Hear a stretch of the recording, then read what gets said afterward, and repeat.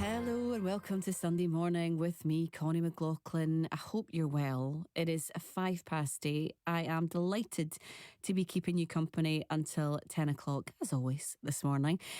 Now, listen, if you like your social media, like me, you're going to like what's coming up a little bit later. We are going to be talking about the situation with Twitter, right? And we're going to be talking about why so many people are leaving the site, in particular on moral grounds since Elon Musk took over. Very interesting conversation, I think, that we've got surrounding that. So you can stick around if you will for that. And also, here's a question, right? What would you say to your younger self? Round about 16 years old, if you had some advice, any wisdom, what would you say? Later on, I'm going to be joined by author Jane Graham, who is sharing a collection of inspiring interviews with some of the most well-known and influential women in the world. And by the way, when I say that, I mean like some of the most well-known and influential with a capital I. In her latest book, Letters to My Younger Self. Really interesting read and very inspiring stories. So really, really worth a listen to that one. In a moment's time, we're going to be looking at the threat from women in marginalised communities what they face when it comes to domestic abuse. First piece of music for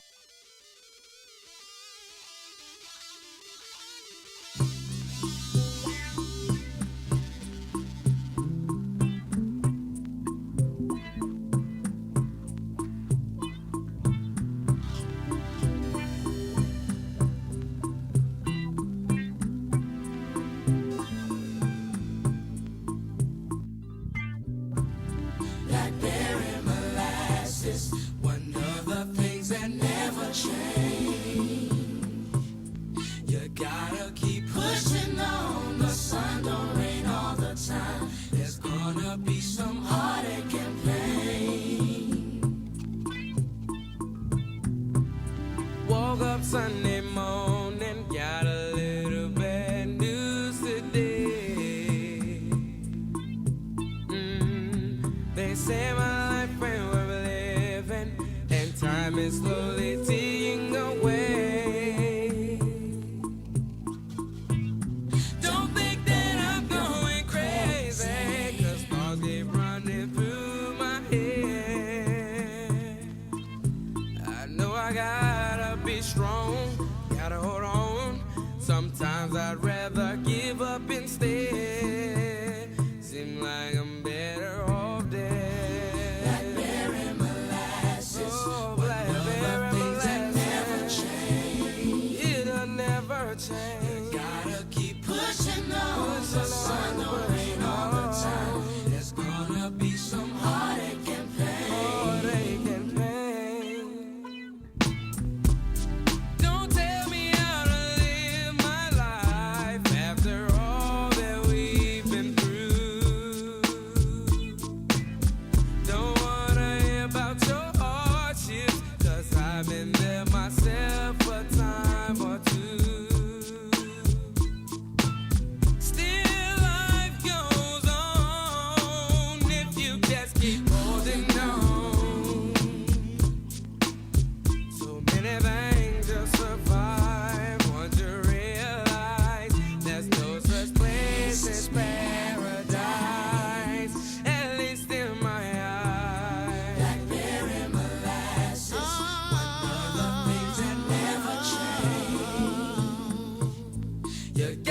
Keep pushing on, the sun don't rain all the time. There's gonna be some heartache and pain.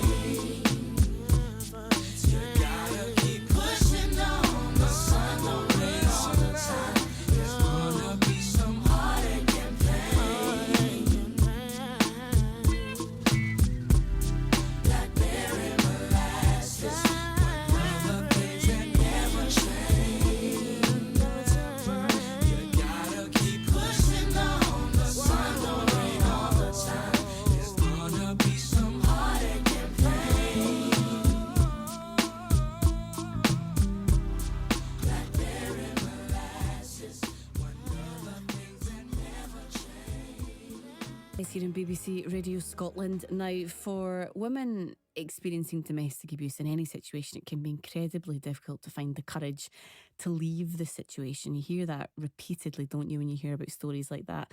But often for Black, Asian, and minority ethnic women, there are specific challenges that make it maybe slightly difficult. Last Friday marked the International Day for the Elimination of Violence Against Women, and it began 16 days of activism on the issue. With me this morning to talk a bit more about this is Dr. Elaine McLaughlin from Hemet Greif, Scotland's first Black, Asian and minority ethnic women's aid charity. Morning to you, Elaine. Good morning. Thanks so much for joining us today. Also with me is Girajamba Pulabotu, who is CEO of the domestic abuse charity Shakti. Good morning, Giri. Good morning. Thank you so much to both of you for joining me this early on a Sunday morning. Now, Elaine, I want to start with you because you have put together this animation with Police Scotland to help people, I guess, to access people in a very, very different way. We're going to hear a little clip of that, and then I'm going to get your thoughts on it. So let's hear the clip. Welcome to Scotland. It doesn't matter where you're from or what language you speak. You are now protected by the laws of this country and by its police force, Police Scotland. No one here has the right to harm or threaten you, or to keep you as a prisoner in your home. If someone is hurting you, forcing you to do something without your consent, or stopping you from going outside, they are breaking the law. The police will protect you and take you to a place of safety. You will not be deported. Your children will not be taken away from you, and you will have the support of women who understand your experience. Don't live in fear. So that was the animation that, Elaine, you helped put together with Police Scotland. Give us a little bit of an understanding of how that came about. You were doing your PhD at the time, weren't you? Yeah, well, I achieved a PhD in 2017, which considered the impact of the UK spousal visa immigration rules upon domestically abused South Asian immigrant women who'd migrated to Scotland for marriage purposes. 9 women from a South Asian background participated in the research, and the focus of the research specifically was the impact of no recourse to public funds, which is a condition of residency. And then I achieved a further grant from the Scottish Institute for Policing Research in 2018, which enabled a deeper analysis of the interaction of Police Scotland and domestic abused South Asian women when called to an incident of domestic abuse. The research was conducted. So I'm just getting a little bit of a clearer picture. So you were beginning to understand and see a bit of a pattern developing. Is that fair? Yeah, the research at that time, from the PhD research, we recognised that there was gaps within the knowledge of Police Scotland. So the grant from CYPR allowed myself, Dr. Rhonda Wheat from the University of Strathclyde and Barry McGowan to take a look deeper at the interaction of Police Scotland when called to an incident of domestic abuse involving a woman from a South Asian background. We interviewed 15 women, and it's the information that the women gave us during the research project that's contained within the animation. And Giri, I guess that's the most important thing here, is actually understanding what women who are in this situation are going through, and then I guess taking the lead from them, but accessing them in the first place is, I guess, the difficult part of that. Yeah, we can do as many things as possible until, the word we all use, hard to reach communities. And but then we don't make the attempt to reach to the hard to reach communities. Most of the things that we do actually do not reach to the hard to reach communities, and we're not doing enough to reach to hard to reach communities. Most of the women from BME or even from the mainstream, some of them who are subjected to domestic abuse, actually they are hard to reach unless you're in their street in front of their house screaming, there is support for you. They don't have access to any other services or information because of the abuse that they're suffering. But being a migrant woman, that is even more. I guess the first part of that, Elaine, is even making sure, as Gary was saying there, how you access women in this situation. But part of what you were doing with the animation was making sure that they could the most basic thing, they're making sure they could understand the language of it. So it's being subtitled in loads of different languages. Tell me the thinking behind that. Yeah, well, the animation, as I said previously, is the outcome of what the women told us their experiences were, and extrapolates the various methods that perpetrators of domestic abuse use to control them. And it also identifies barriers that prevented the women from contacting the police. Himachrife Women's Aid, Shakti Women's Aid are leading BME Women's Aid projects within Scotland. The range of languages that are used within the animation is to access the largest majority of service users that we support from a BME background. Hence the reason that there's a multitude of languages involved in the animation. So that's we've got Arabic, we've got Ukrainian, Russian. There's a British Sign Language as well in there too. Elaine, is that right? There's a British Sign Language interpreter with English subtitles, with Arabic, Bengali, Chinese, Hindi, Polish, Punjabi, Ukrainian, Russian, and Urdu. Obviously, what we're trying to do is get to the women who are living in these hard-to-reach areas to let them know that help, support and protection is available, and not to be afraid to pick, if they're in a domestic abuse relationship, to pick up the phone, contact Police Scotland. And also the Scottish Domestic Abuse and Forced Marriage Helpline number is also contained within the animation, which is another opportunity for women to call. It's a free phone number that women would be put in touch with their local women's aid group. So it's really interesting the word that you used there, Elaine, about being afraid. And Gary, I guess that women in this situation, one of the overriding feelings and emotions will be fear. I know that you've worked in this sphere for about 25 years. You've helped women from loads of different backgrounds caught up in toxic relationships. And earlier this week, we actually talked to one woman that you helped. Let's have a little listen. The person who I used to live with literally turned my life upside down. And most importantly, the threat of violence and killing if I ever try to leave or to stand up for my life. I was in a very bad situation. He, on purpose, postponed the application of my visa to keep me with him. That was the major barrier. And another thing as well, my ex used to tell me, if you leave, the social work services here in this country, they are something else. They are not like in Algeria. If you leave and you're homeless, you have nowhere to go, given your situation, your daughter is going to be taken away from you. And that what held me as well. I was so scared that my daughter would be taken away from me. So what pushed me to leave him, I honestly realized that my life was in danger. I was in fear, and I started to believe that I think this man is going to kill me. So my situation right now, I am in a much, much, much better place.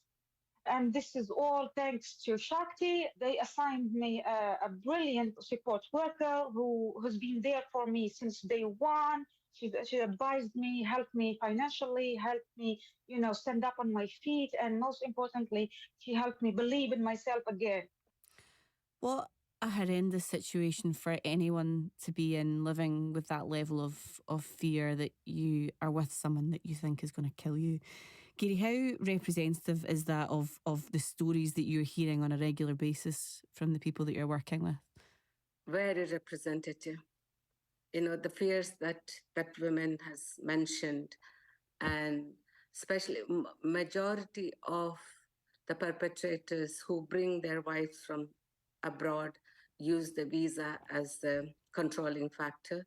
The immigration status is used as a controlling factor. And like Elaine has already mentioned, no recourse to public funds.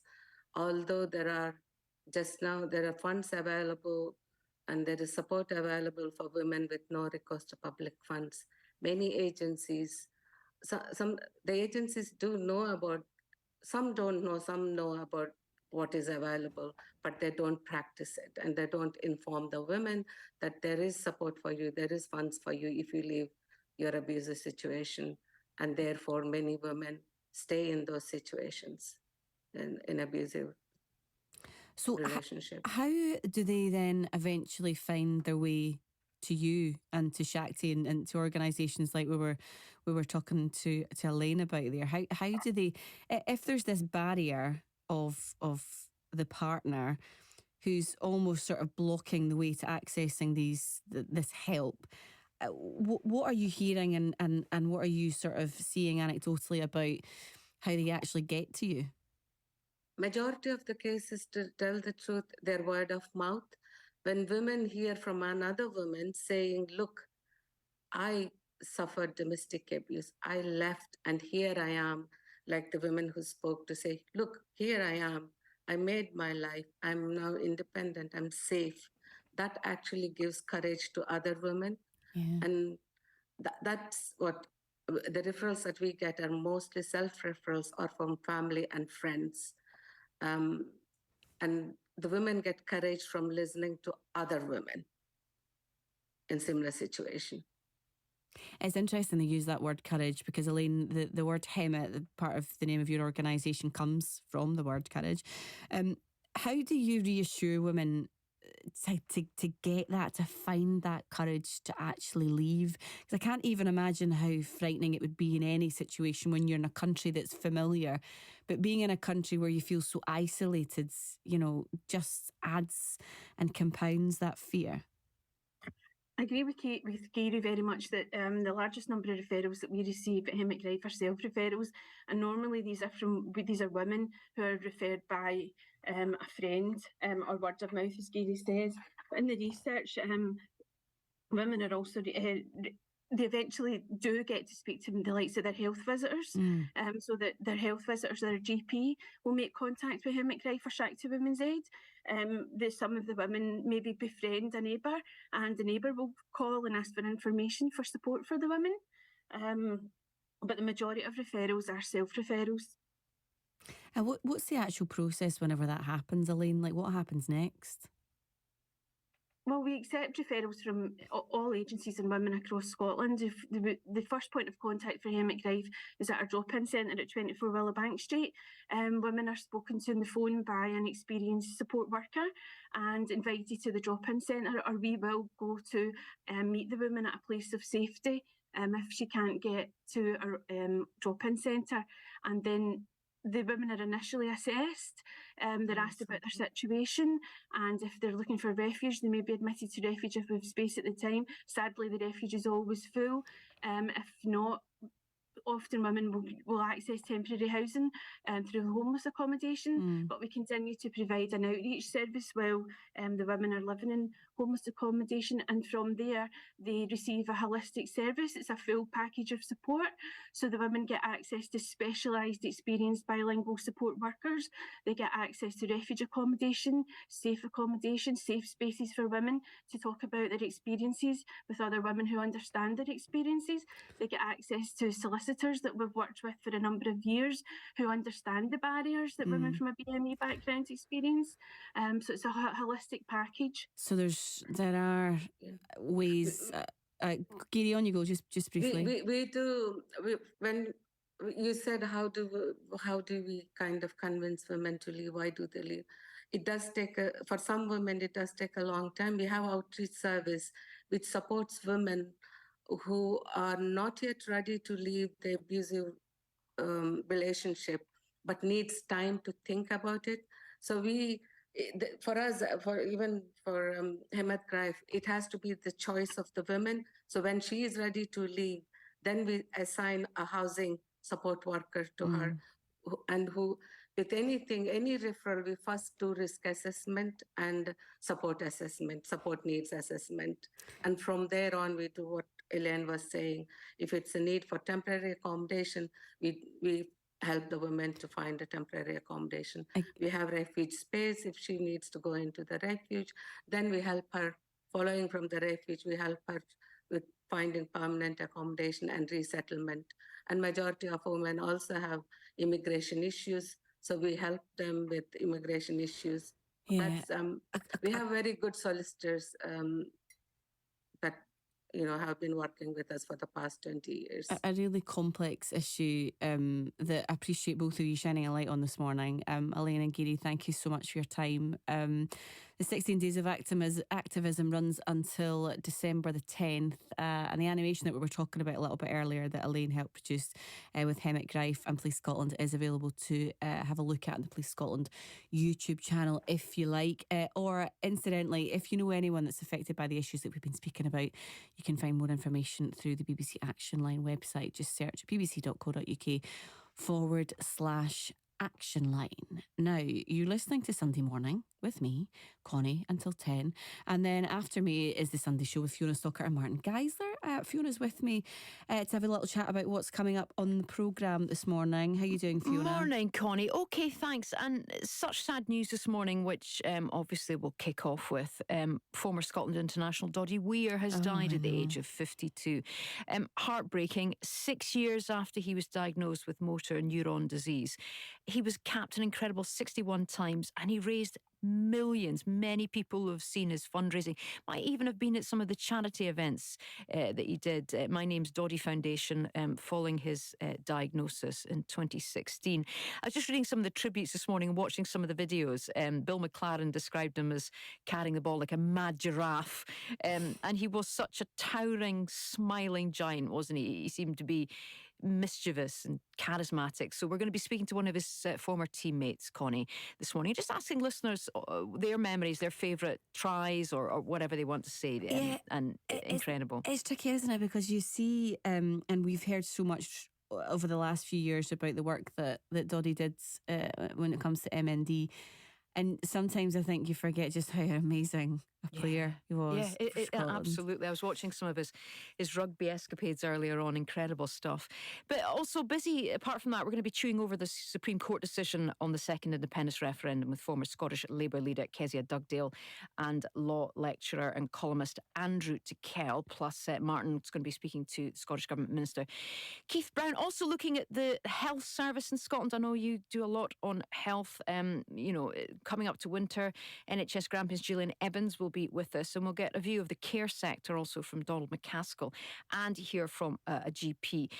Much of Ukraine remains without power. Again, we're heading into winter. Unimaginable what they're going through there. We're going to be hearing from the ground. And we're going to be talking a little bit about space.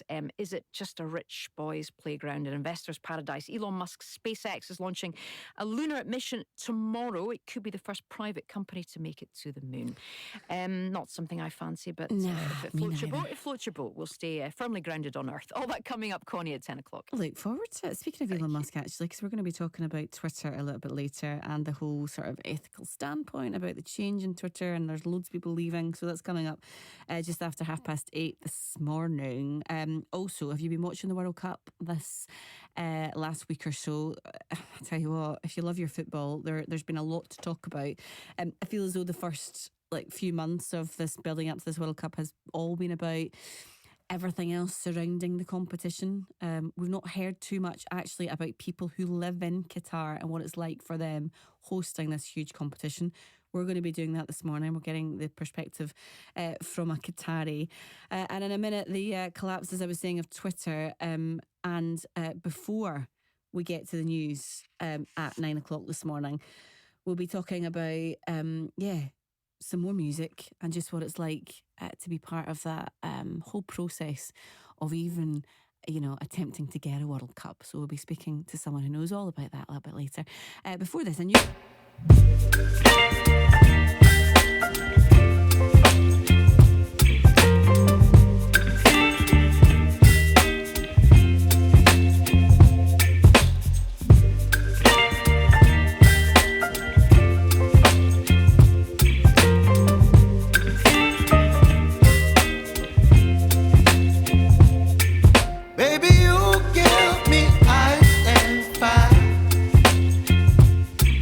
Me wind and rain.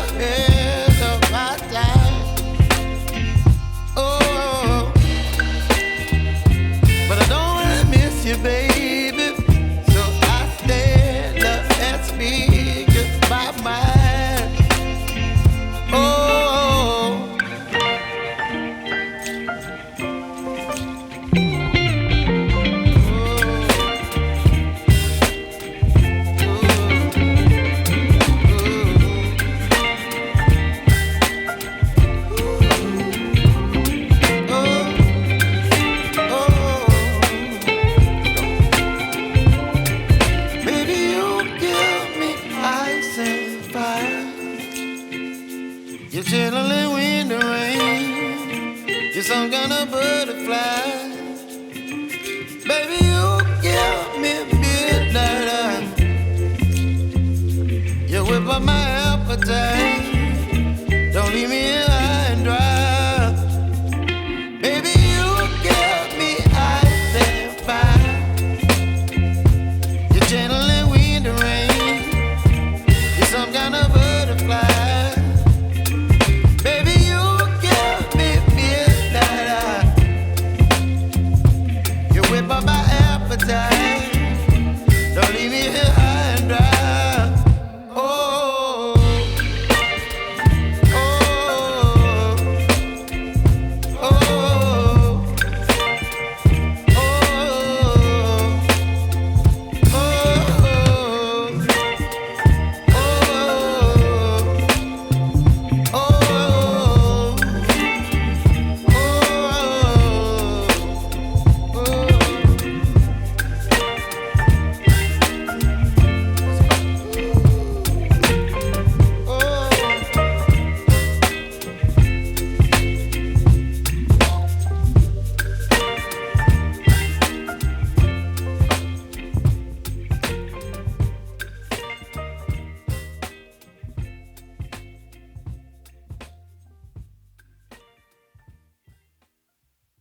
Now, Elon Musk's takeover of social media platform Twitter has caused a bit of a fuss, hasn't it? It's that's the understatement of the year, maybe.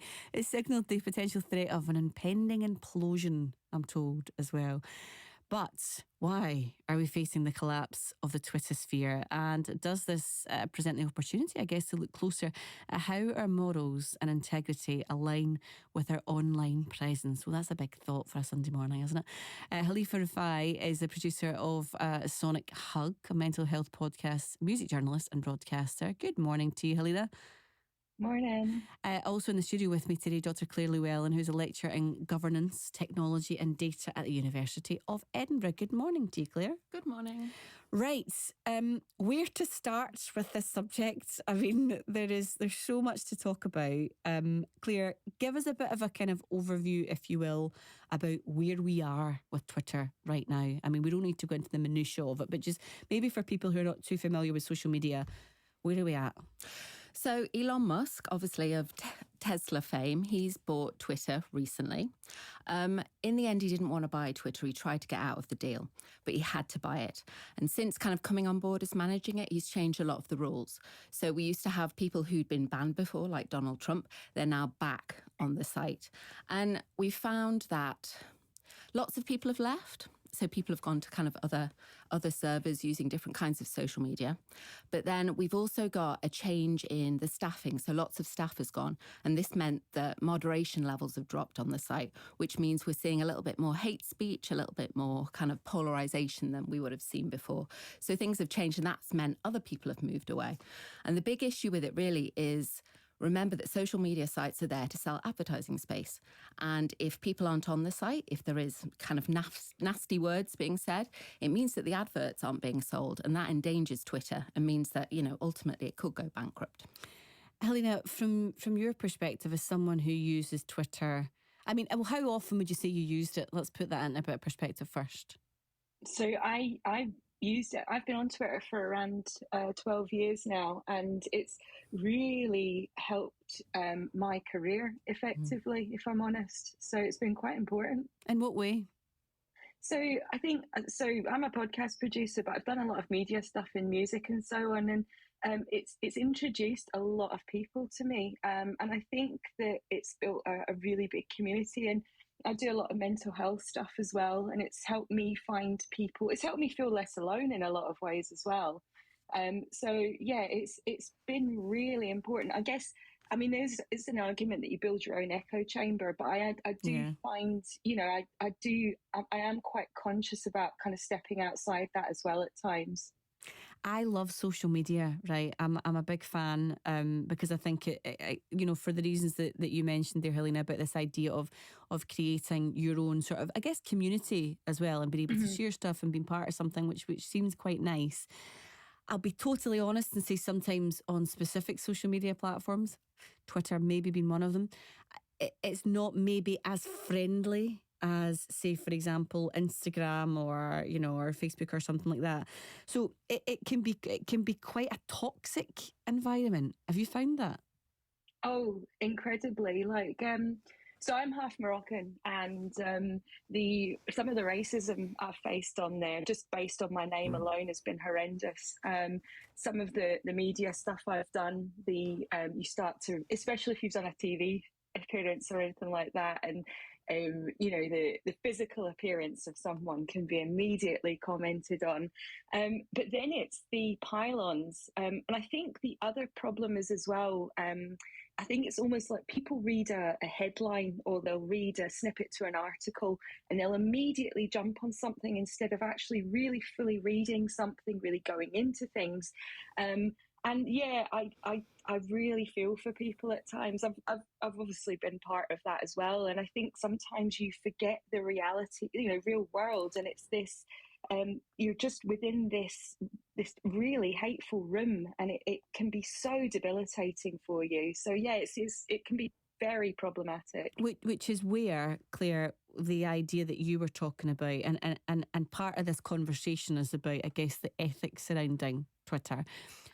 And the fact that there's not as much moderation means that scenarios like Helena was talking about there we're going to be seeing that more often, because there was already issues before Elon Musk, you know, had taken over, that there wasn't enough moderation on that site. I mean, are we potentially going to see this getting a lot worse? So the moderation that's done on Twitter, it's not completely automated. It does need people doing that. They are part of the process. And obviously lots of staff are not working there. They've been locked out of their computers. And that means they can automatically get rid of some hate speech. But if a new topic arises, you know, it changes as the news stories and things in the world change. That means that there's no people there stopping that kind of hateful content existing. And it has meant that we've seen it even over the last few weeks. It has got worse. You know, people are receiving more abuse, and that's been monitored and shown. What does this say about us and as a society, and how does this reflect, Claire, where we are at? So we've had, you mentioned Donald Trump a little bit earlier. I think we all know what's gone on over the last few years with the former president of the United States. But what does this say about us as a group of people? I think the big thing with social media, particularly Twitter, is it's quite a polarised place. So we find that people who have moderate views don't tend to voice them on social media sites because they're frightened of being shouted down. They're frightened of their friends and families, you know, getting into arguments with them. So we see only people who have very strong views will post on social media. And this means that we see it as a very polarised place. It's a reflection of the world, but we only see the political conversation and the kind of hateful conversation from these very kind of extreme groups. Is that, though, I guess, is that the reality? Well, I think social media is just a reflection of how we interact. And I know personally I'd prefer something that's a bit nicer, and I don't tend to engage in kind of heated conversation. But I've spoken to other academics that really enjoy the heated political conversation. So I think what you want to find on social media, you will find. There's different situations where you have a pylon and you're someone who is receiving this kind of thing. But often we get into the conversations we want to have on social media. Helena, do you find that, you know, you just, I guess, reflected what Claire was saying there about finding your own sort of tribe. But when you think about, and going back to the ethics of this, the way that we're hearing that staff within Twitter are being treated. So we're hearing that a lot of people are leaving because the hours are changing within the organisation. They're being made to work more for less effectively. And bringing back people onto Twitter, you know, Claire mentioned Donald Trump, there's, you know, Kanye West and lots of different people who are very polarising in their views. Does it make you sit and think, right, well, actually for me, I'm not really feeling Twitter anymore, I'm going to leave? Has that thought crossed your mind? So, you know, I spoke to your producer about this, and I think that effectively, if you're going to apply that argument to Twitter, you would have to apply that to the world. There's so many things that we interact with daily that are kind of influenced by that. You know, you've got Amazon, you've got just your general government. who, you know, the conditions and the way that the world is run, you know, our NHS, you can apply it to so many things. So if you're going to apply this to Twitter, I mean, in my personal opinion, Elon Musk is a narcissist, and this is about power. And a lot of these, that the hierarchy effectively is in a lot of everyday society is it's the white able-bodied man who is at the top of the ladder, and then everyone else comes under that. So in order to try and kind of move against that, I think effectively you still have to try and find your group within these realms. Otherwise, if we did end up stopping everything, I wonder if anything would ever get done. And so I suppose the other argument is that, you know, you want to try and take away from his income and try and reduce that. It's a really complicated aspect, and who's to say that, say we move to a platform like Mastodon, which is one that's been very much talked about, you know, Stephen Fry's kind of migrated over there and so on. Who's to say that if that reaches a certain level and they get a certain number of followers, will investment then be on the table, and then they sell their ethics, you know, to just try and make money? So it's like predicting the future, but I think you just, generally it's about showing kindness and you know, just being, you know, I suppose, yeah, just kind to your fellow man, effectively. There's a nice concept. I mean, wouldn't that be nice if we saw that on a more regular basis, particularly on social media? Claire, just a final question to you. Are we going to see the end of Twitter? You know, I think I used the word impending implosion in the start of this conversation. Is that likely to happen? Who can tell, really? I mean, we have had sites in the past that no longer exist, but I think Twitter has become quite fundamental to the way we interact with each other. So I don't know if it's Twitter that will exist, but certainly social media will exist in the future, and we'll see where that goes. Okay, really good to speak to both of you. Thank you so much for your time this morning, Helena Rafai and Dr. Claire Llewellyn. In a couple of minutes' time, Khalifa Al Haroun, aka Mr. K, is one of Qatar's most popular social media influencers. He joins me to give his perspective on what's happening in Qatar, especially because we're in the middle of the World Cup. After this track, though, from Dermot Kennedy.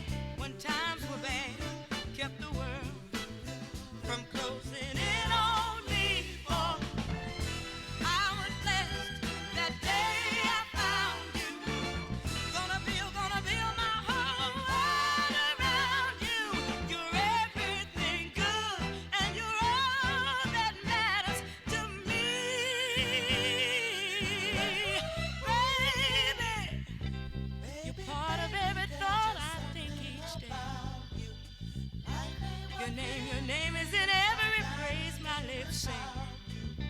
Every dream I dream is about you. Honey, I can't live without you. Baby, baby, baby, baby. You're my everything. You're my everything. Oh, yes, you are. Yes, you are. You're that boy I sing about in every love song. Every love song I sing. You're my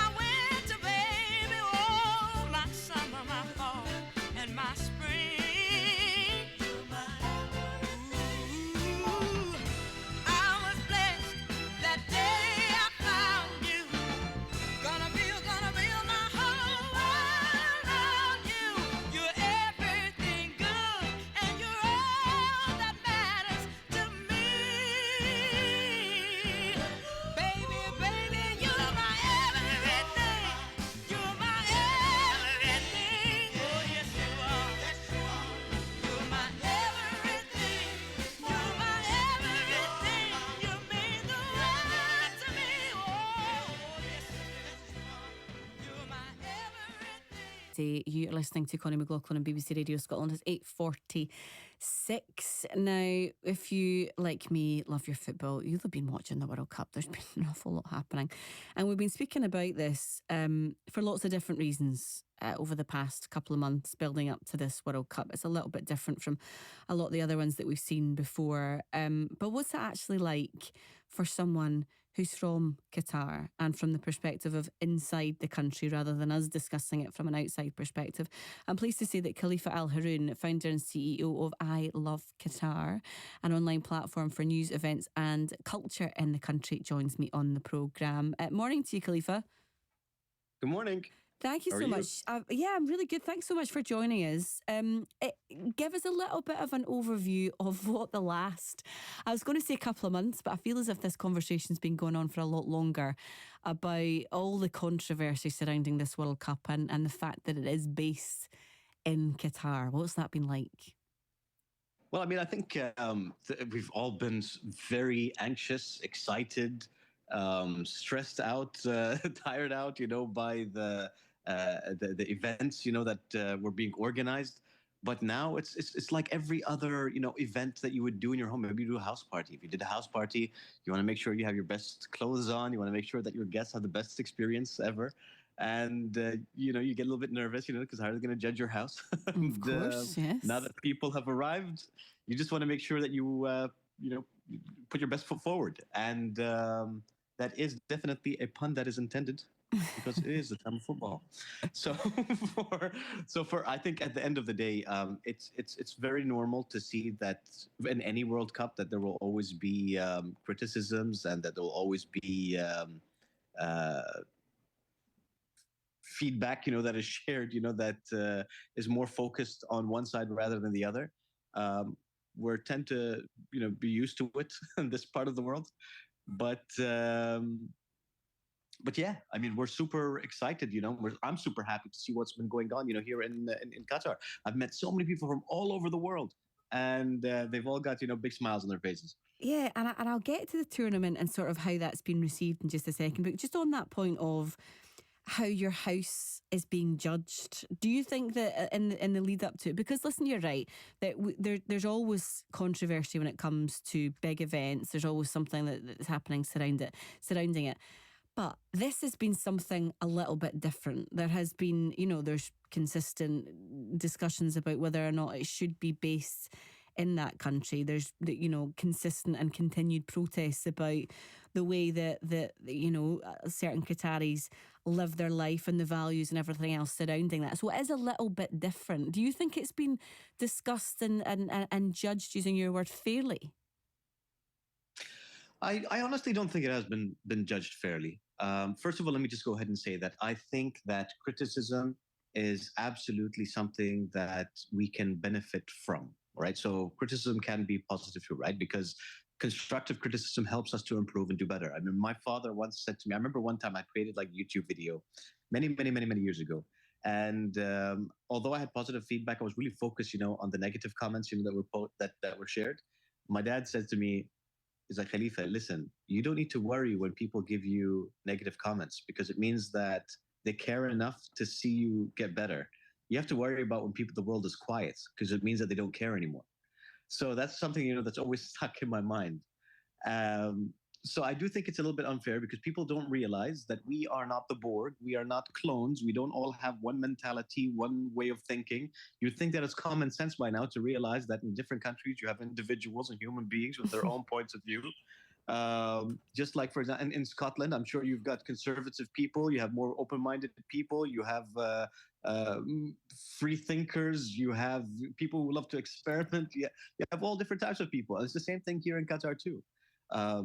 At the end of the day, though, the country that we live in, as a government with legislations and laws, it is a Muslim country.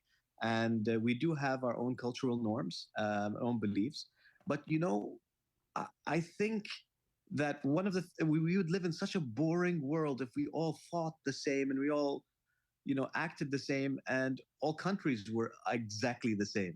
We're a very young country. What are we? We're like 40, 50 years old, We're a baby as a country. But what we've done in such a short period of time, it would be nice if people were like, whoa, you guys done pretty good. But now you can do even more. Looking forward to the next 50 years and see what you can do. Yeah. We haven't had the thousands of years of mistakes that other countries have had. And it's not to say that we should make mistakes, but it was just funny.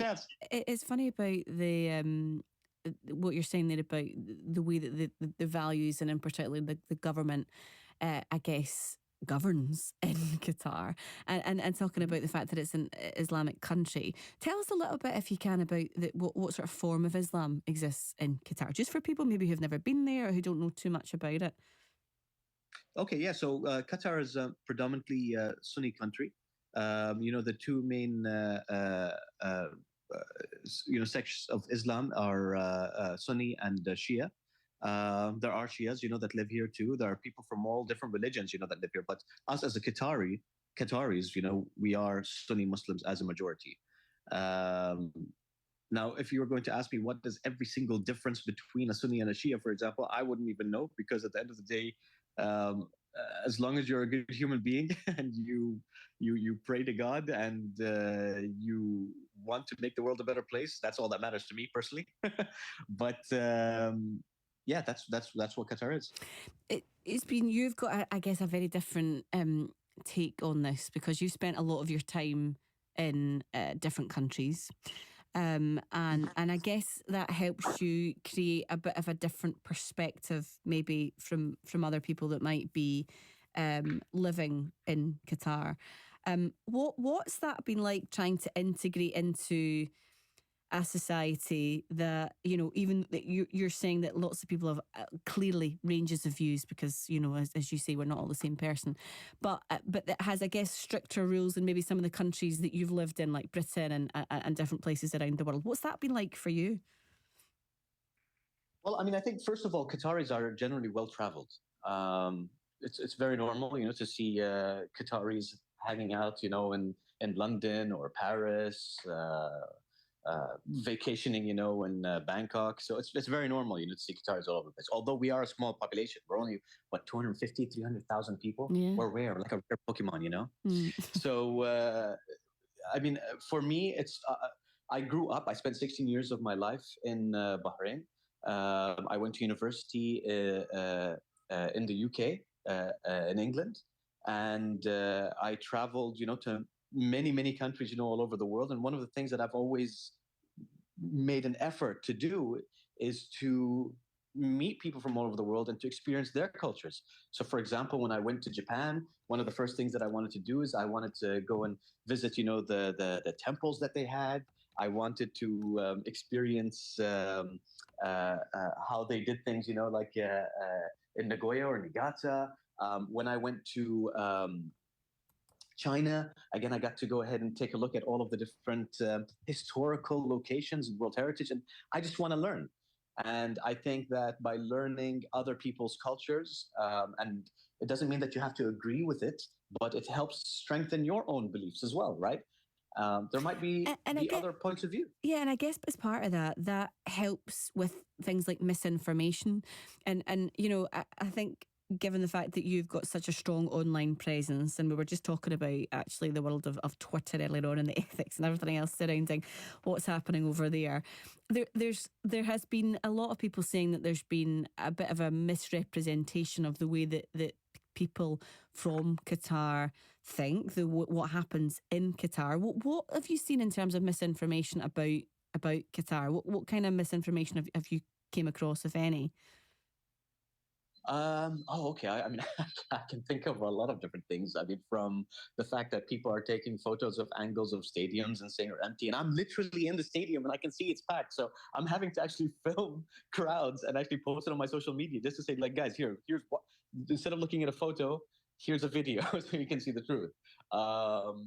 There was a situation that was on Twitter where people were talking about, oh, look at how some English fans who were wearing Crusader outfits were not allowed into the stadium because Qataris are offended by the Crusades. And I'm telling you something, we didn't even exist when the Crusades happened, and we don't even think about it. The reason why they weren't allowed in was because they were carrying swords, and no weapons are allowed into the stadium, Another example is, for example, people keep on talking about workers' rights. Workers' rights is something that is super important. And it's something, human rights is an important. I'm a United Nations, I'm a UNHRC ambassador, and I always try to put the spotlight, on refugees. So absolutely super important. There has been a lot of amazing positive change, but sadly people don't seem to acknowledge it, or we talk about things as if they still exist. So, for example, why do you think that is? We've only got about a minute or so left, Khalifa, and I'm really interested just to get your views on this as a final point. Well, if that is the case and there's that misrepresentation, why do you think that is? Look, I think the most easiest. What most people would go ahead and do is just simply say, it's because of a racist point of view or an agenda. I would rather be more positive and say people just have a generalized view of the region based off of misinformation, the lack of updating the world with the positive change that's happened, and that's where they've come up, with their ideas. So it would just be nice if first of all, Qatar acknowledges that there have been issues, yes, and Qatar has come up with solutions, and they have been applied. Great. Now let's encourage more positive change instead of making it look like Qatar hasn't done anything. That's all I'm saying. Let's fix things together. And just from I guess that'll take time, for that relationship, I guess, and for people to move forward and to understand, I guess, each other's cultures in a more sort of with a greater depth. But putting that to one side for a second, and again, just really briefly, because we're heading towards the news, but and I feel bad even asking you this, Khalifa, about how you think your country's performed, because I know that they're out already for competition. We're so unlucky. Sorry, I'm sorry to bring that up. It was not fair. Look, let me tell you something. When it came to the first match, the first thought that came to me was like, listen, okay, we didn't make it. Okay, we got a second chance. Okay. So the second chance, like, okay, we didn't make it. Let's see what we can do. We still got a chance. And then when they scored, then when they got a tie, and then that immediately eliminated us, like, oh my God, unlucky. But you know what? At least, first of all, they had an experience. And second of all, as I tweeted, I had said, listen, this is our time to make sure that we're the best host possible. So despite what happens, I just want to make sure that everybody has a fantastic World Cup here in Qatar. Okay. Everyone means everyone. Okay. Thank you so much for that, Khalifa Al Haroon, founder and CEO of I Love Qatar. I mean, at least Qatar actually were involved in the competition, unlike us, which is a different story for a different day. Still to come before 10 o'clock, we're going to be talking about redemption and forgiveness. What difference does that make when it comes to healing your life? We'll talk more about that after the news. And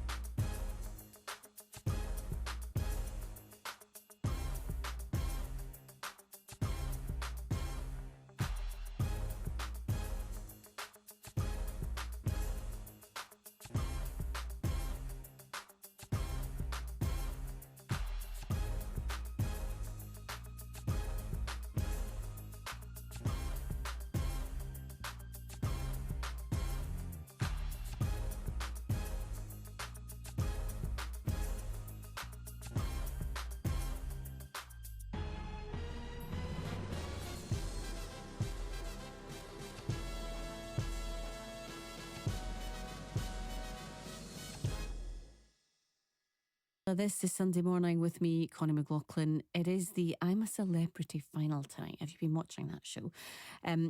Lots of people been talking about that for different reasons, because it's more than really just celebs begging to be crowned king or Queen of the Jungle. Some contestants seem to have been looking for a little bit more public redemption. The main one, probably the former Health Secretary, Matt Hancock.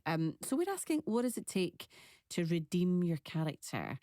Plus a new book that brings us interviews and letters from some of the most well-known and influential women in the world, filled with really fascinating and actually a lot of them unusual life stories as well. Tales of extraordinary courage and tenacity too coming up. And before 10 o'clock, do ghosts exist? I'll be speaking to journalist Danny Robbins, who's made it his mission to find out. I'm really looking forward to that conversation. That's coming up before this.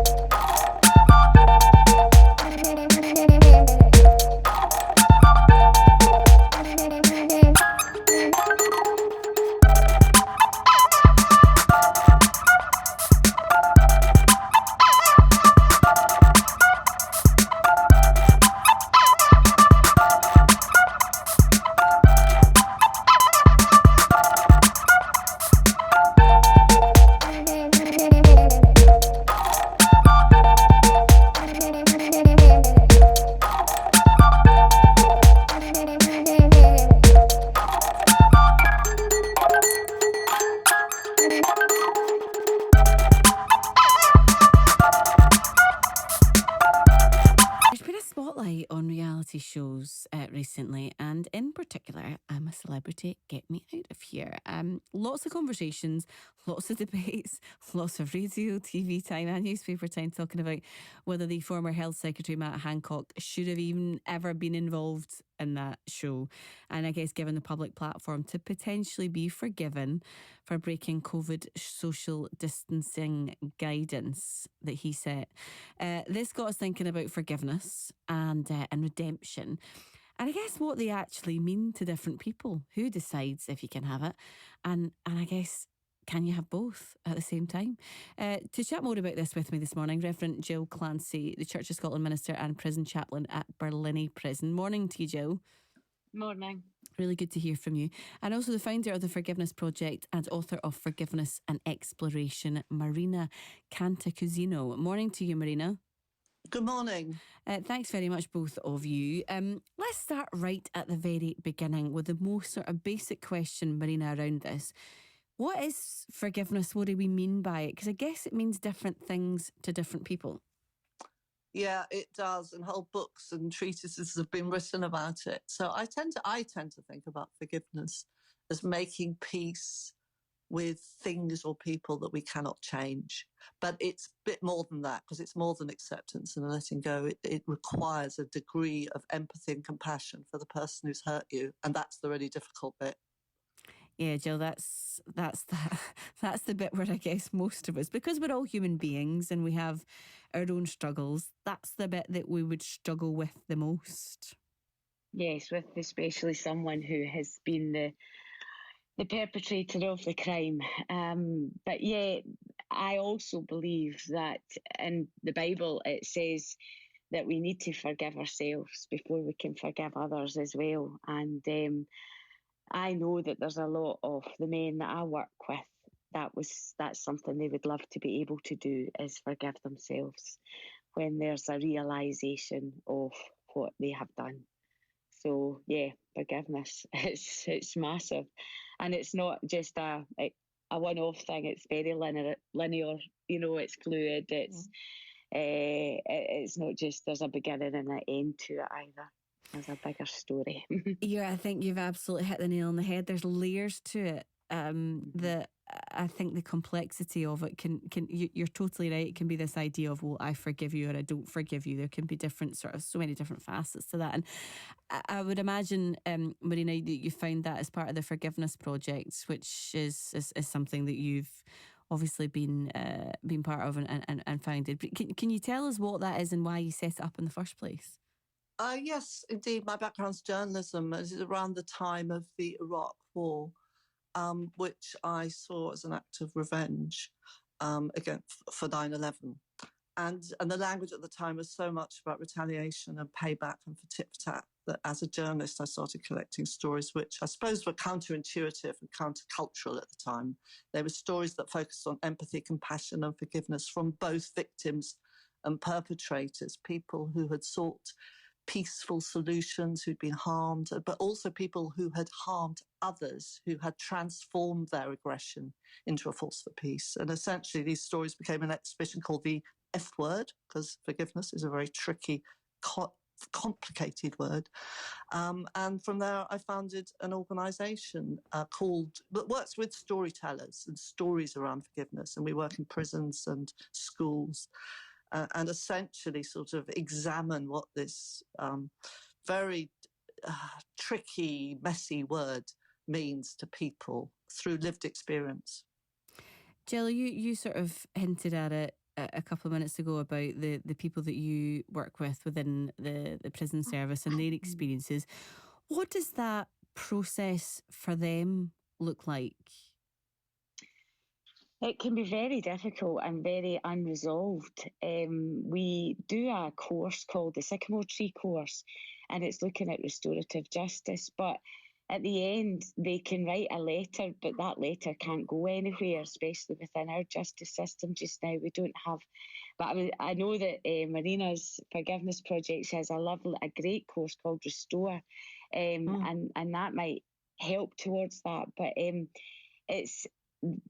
it's very difficult because they've got nobody. I've got a story actually of a prisoner who's written his story, and at the end of the story he says, and finally, if I got the opportunity, I would like to say sorry to my victim. I don't know if he's ever got that opportunity or had it. So it's very unresolved.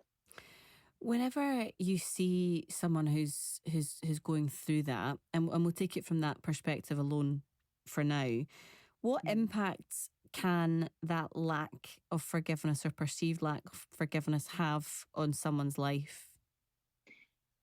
Well, when the people that I work with it's an unknown entity, and They just have to actually learn to live with it and to have peace within themselves, that they need to show change as well. There needs to be a change in their lives if they truly are people that want to be forgiven or to forgive themselves.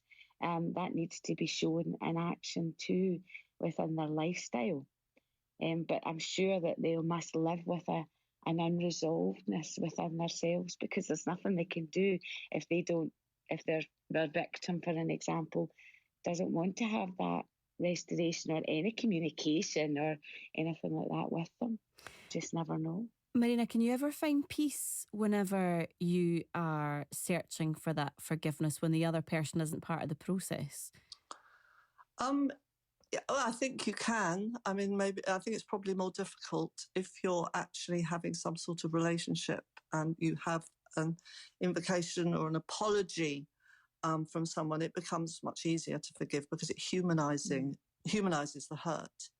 But nevertheless, some people would say forgiveness actually has got nothing to do with the redemption of the other, that it's entirely an act of self-healing and self-preservation. And if you're waiting for the redemption of the other, the person who's hurt you, you may be waiting forever and you're still inextricably linked to that person. So it depends, basically. People have different limits and perspectives around this. But also, I mean, I was just thinking when Jill was talking about two people I work with, both, this is around self-forgiveness, and both are former violent extremists. One is a white supremacist and the other is a former jihadist. And they both have a very different perspective and an interesting perspective about self-forgiveness, because one of them says, and part of their redemption is to work with young people to prevent them getting into violent extremism. And the former jihadist says, I cannot forgive myself and I will not, because if it's all washed off and cleansed, how do I help others make reparation? Whereas the former white supremacist says, if I didn't forgive myself, and he does, I wouldn't be able to do this work. I'd be too busy beating myself up and I'd be no good for anybody. So I just thought that was really difficult, that not forgiving yourself actually doesn't mean to say that you're rooted in pain either. You can actually create good in this world. Because automatically when I hear that, Angela, I don't know what you feel about this, the idea of not forgiving oneself or forgiving a situation feels as though there's an element of heaviness around it, that you're still carrying something, that there's almost like a consistent level of punishment for something that you've done. And I wonder if then, Jill, it would just become something that's a very personal experience, and forgiveness as a wider context has to really be drawn back in and internalised as to what we feel and what we think forgiveness is for us. Yeah, absolutely. It is very much a personal experience. And you're right, you don't want people having this heaviness or carrying it around with them. But because I believe as a Christian that forgiveness brings freedom. As in the Lord's Prayer, it says, forgive us our sins as we forgive our sinners. And Jesus is also asked about the greatest commandment. What is it? Well, it's love the Lord your God with all your heart, soul, and mind, but love your neighbour as you love yourself. And if you can't love yourself and if you can't forgive yourself, how can you forgive others and how can you love others? And I often share that with some of the boys, not in a heavy way, but just in a lighter way, that, they need to, resolve this within themselves. So that's what I believe as a Christian anyway. How do you get to a point where I'm thinking, Marina, if there's people that are listening and there's something that's on their mind about someone or something that they would like to bring more forgiveness into that situation or into that relationship, how do they begin the process of doing that? Because I guess faith is a huge part of that, to believing that there's something that can be healed within that in the first place, or you wouldn't even bother. Yeah. Marina, go for it. Yes. Sorry, who are you asking? Me? I was asking you, but I'm happy to get both your thoughts on this. Well, what I would say is that the first step, I think, in forgiving is curiosity, to be curious about the other person. because only then will your perspective change and will you know, have some sort of understanding for why people might behave that they do. So if you've got closed, sort of black and white blinkered thinking, that's not very flexible. Nothing will change. So if you have an opportunity to talk and to have dialogue, that's the first step. If there is no opportunity for dialogue, then as far as I can see from many of the people that I interviewed and talked to, it's a process of personal development and of discovery and of using your imagination and of reading stories about others who have forgiven, and just understanding the process better. Yeah, because not everyone, Jill, will be... People might be trying to forgive people who are no longer here, who've maybe passed away, who maybe they don't have contact with anymore. I'm thinking about then that doesn't become a life sentence for them. Yeah, I totally agree with what Marina's just said. We have to have understanding and of that other person. If we don't see the bigger picture, if we don't delve in some respects behind things, we'll never understand. And even if that person has passed, we still have to have that acknowledgement. Wait a minute, what actually happened there? What were they going through, perhaps? You know, yeah, there is a bigger picture, and there needs to be that bigger mind. You need to think outside the box in your mind, because if you are closed, Jess, it'll never happen. The forgiveness will never take place. Just a final point. I want to ask you, Jill, about your work in Berlin, and I wonder if it gives you a sense of hope when you see people who've committed crimes that we couldn't even imagine, I guess, beginning a road to redemption. Yeah, absolutely does give me hope. When you talk like that, when you just even mention some of those things about the people I work with, faces come into my mind, situations come into my mind, discussions and come into my mind of where they're at now and what they wish they hadn't done and how they wish their life had been different. And if these words that they say to me are true, and if they mean it, then I have every hope that they'll go out of the doors of prison, hopefully one day, and never return, and that life will be so much better. The one gentleman that wrote his story for me, I believe, has returned home and is doing really well. So there is hope, yes. Thank you so much, both of you, this morning. That was Reverend Jill Clancy there, and Marina Cantacuzino, whose book, by the way, Forgiveness, an Exploration, is published by Simon and Schuster. Really, really interesting discussion. Be good to get your thoughts on that as well, this idea of how difficult it is, I guess, to forgive, and there's the complexities surrounding that as well. In a couple of minutes' time, I'm going to be joined by books editor and award-winning journalist Jane Graham to chat about the inspirational women in her new book. By the way, what a book that is! It's quite fascinating to just get so many different people's perspectives in the one book. It's really interesting story. Speaking of which.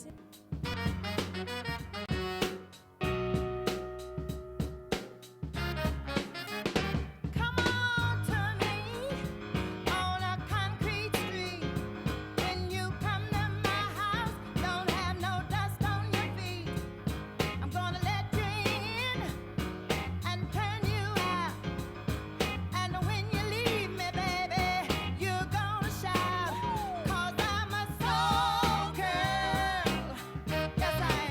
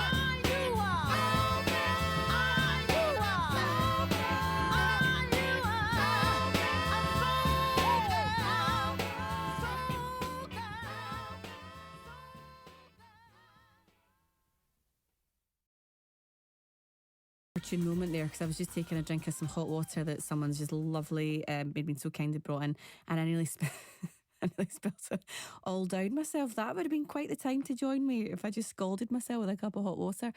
Thankfully I didn't. It's 9:28 here in BBC Radio Scotland. It's Connie with you until 10 this morning.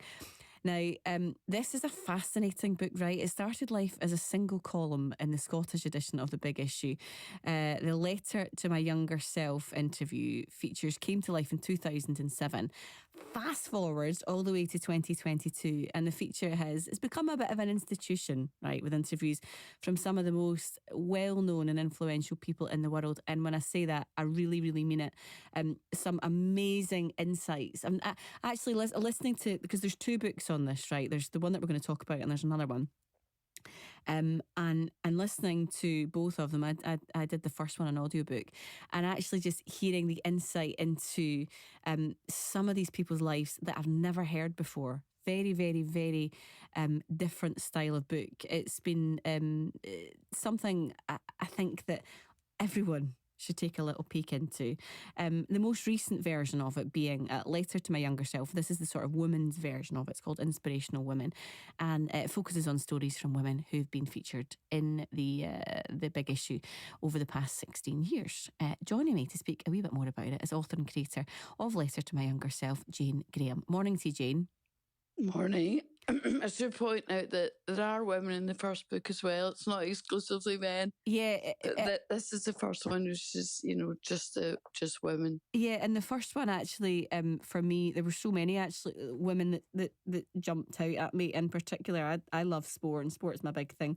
The Billie Jean King interview was phenomenal, because and this is the thing about this sort of collection, Jane, that I found, was the fact that I'd never heard a lot of these people speaking so openly before. Mm-hmm. How did you do that? Well, I'm quite good at my job. No, there's more to it than that. I mean, first off is actually that they've agreed. They know that it's not that kind of interview where they come on and talk about their new project. They already know in advance. You have to be willing to kind of go to places, talk about your childhood, your parents, things that maybe you are uncomfortable talking about when you're talking to the tabloid press, because they know that the Big Issue, they trust the brand. They know that we're not there to get a kind of a clickbait headline or find out about that famous affair or a big drugs kind of catastrophe. That we really genuinely want to get to know the person and find when you speak to people, especially, I actually find it on the phone, because you're not face to face and they're not constantly reminded you are doing an interview. They start to chat and they start to go into memories. Things flood back. It's quite a gentle, they have space to take the time. And that's when you can tell, what you can always tell in the voice, when you've hit some kind of a bruise or a sweet spot of memory, and then you just kind of tease it out. And because they trust you not to exploit that it's come from a place of genuine interest, it just kind of spills out sometimes. And I'm sitting there as mesmerised as any reader will be. And sometimes they say to me, I haven't thought about that for 20, 30 years. And I think the thing that struck me the most, right, was a lot of the people that you've spoken to were people that I wouldn't, some of them were people that I wouldn't necessarily think I was that fond of, Yeah. And then actually when I listened to what they had to say, I completely changed my view, because they seemed more human. That's exactly it. It's really about, like so many things, it's about the stories. It's about the individual nuances that you don't get when you get a kind of headline. And that is what I found too.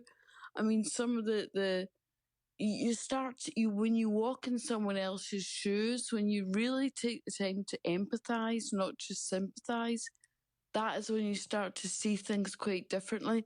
You also hopefully get privy to new information that you just didn't have. because of those kind of clickbait ways of doing things that we avoid. And you also have, we always ask for a decent amount of time. We're not on a kind of treadmill of, oh, they're about to just spoken to the Sun and then they're going to go off and talk to, you know, the Guardian. We say that we don't want to be part of that. We want to be out with that and some time to sit down and chat, 40 minutes to an hour. And if we start off with a subject, we want time to go back to it at the end and really delve in. So once you've agreed to do that interview, you've already decided that you're going to go to maybe some places that you don't usually go to, you're not used to going to. I think one part of it as well that I was struck by is the amount of people that you managed to get. These are big names, which is amazing in itself. But actually, so just going through some of them from this particular book, actually, I think the Debbie Harry one struck me about her. Someone who you think and appears this sort of pillar of strength and everything, and the reality behind that persona of the anxiety about how she felt about her appearance and how fame made her feel a bit awkward, and that in itself, I guess, was there themes that you were sort of seeing running through a lot of the interviews that you did, particularly from the women's perspective? Yeah. And as me being a woman, talking to other women and so often thinking, yes, I remember that. I had the exact same thought. Yeah. And the thing that you talk about as well is that imposter syndrome that so many women suffer from. Because in Debbie Harry's case, it was the fact that she felt kind of gangly and awkward, and yet she was suddenly touted as a sex symbol, and felt quite uncomfortable with that, because the band were Blondie. She didn't see herself as in any way an individual apart from that, but that actually created real problems in the band because suddenly the focus was all about this one woman. She didn't like that. Shirley Williams, in a very different way, talked about, you know, why did she never go for leader of any party? Why? She was good. Now looking back, she thinks, why didn't you just try? Why did you go for the second spot? And she said there's something built into a lot of women, created probably by the culture that they grow up in, where they get almost to the top and then they think, oh, no, I don't want the spotlight. I don't... Would the men do? They were told if I was the leader, and they don't go there. I was surprised and that comes by up that so many times. I was surprised by that one as well. And you know, just speaking about the other sort of political aspect of it, the Jess Phillips interview, and again that willingness to be so candid, so open, and so vulnerable, especially for someone in the position that she's in. Exactly. I mean, I do think I love Jess Phillips. I think she's so, when you meet her, she's really funny. She's completely unguarded and very frank. She's very passionate. But when you find out the story about the regrets that she's had along the way and how they have affected the way she wants to be as an MP representing other people, was fascinating. And Rose McGowan, who actually very, very bravely, she set the ball rolling with the Harvey Weinstein situation. She's actually featured as a character in this big new Hollywood movie. She said about, really it sparked a mini revolution, the Me Too revolution. But when you read her, when she talked to me, she said, well, you know, they turn me into a hero now, but they shut their doors on me completely at the time, and I'll never work in Hollywood again. And she talks about how painful that period was in her life. So that's a very different perspective than the one that's in, you know, in your local Cineworld right now. Exactly. And when you put these all together, right, are there... Is there something for you personally in this whole experience and this whole process that you've thought, right, okay, I've learned this one particular thing? I'm guessing there's lots, but is there one that really sticks out for you? Well, it is partly that thing about somehow sometimes you have to kind of, to put it crudely, think and behave like a man if you want people to take you seriously. And that's not the fault of any women, it's the fault of a kind of patriarchal culture in which there are certain approaches which the men who tend to still be in charge take seriously. And you have to stop saying kind of weaselly things like, I was just wondering. Don't put that in an email. Don't ever apologise, and don't kind of, you have to go out there almost to kind of stride out there and be very bold with what you're saying, and not worried so much about the consequences. Women are always thinking about, how does everyone else feel about that? Is everyone else happy?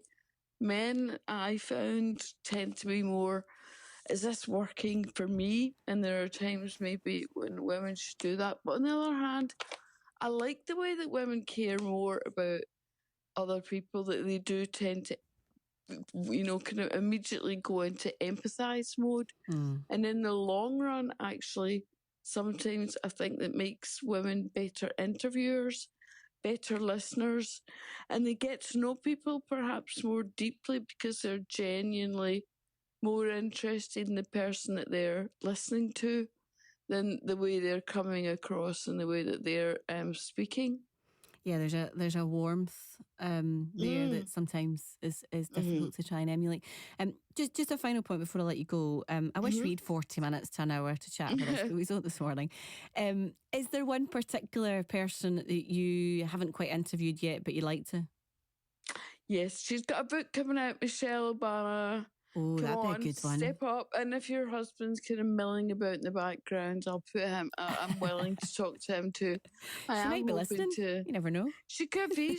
And I'd love to do Beyonce as well. I just think she's amazing. So come on, Beyonce, you're probably listening as well. And I might be talking to Bernie Sanders in the next month or so. That would be great. But I'll certainly say to him, look, if you chat to Michelle regularly, here's my number. I'm always willing to listen. Nancy Pelosi, that'd be another good one as well. Oh, I'd love to do her as well. I mean, and AOC, we could go through I know, we could be here all day. The White House. Listen, Jane, it was really nice to speak to you. Thanks so much for sharing that with us this morning and giving us that insight. It was really interesting. Oh, Jane's away. That was Jane Graham. The book that we're talking about, Letter to My Younger Self, and it's the Inspirational Women version of that. But by the way, the first one is just as good. It's published by Blink and it's out now. All the proceeds of that book go to The Big Issue. It's 9:40 here in BBC Radio Scotland. You're listening to Sunday Morning with me, Connie McLaughlin. You can get in touch with me the usual way on Facebook, Instagram and on Twitter. But we, for the last year, or since the beginning of this year, we have been letting you listen to stories from our listeners, right, as part of our 100 Years of Scottish Stories. This one this week is about a man who was born in Falkirk in 1899, right? John Todd. He was studying medicine when he interrupted his studies to become one of the top Scottish fighter ace pilots of World War I. His grandson, Douglas Curry, reflects on the achievements of Captain John Todd. 100 Years of Scottish Stories across 2022 on BBC Radio Scotland. During his time at the front, he kept a diary in which he recorded, at the end of every day, he recorded the events of the day. There's a particular story I wanted to tell from the entry of 24th of March 1918, at the time of the last big German offensive, when British fighter pilots were redirected from air attack to ground attack. And he was doing a low-level attack on the German front line.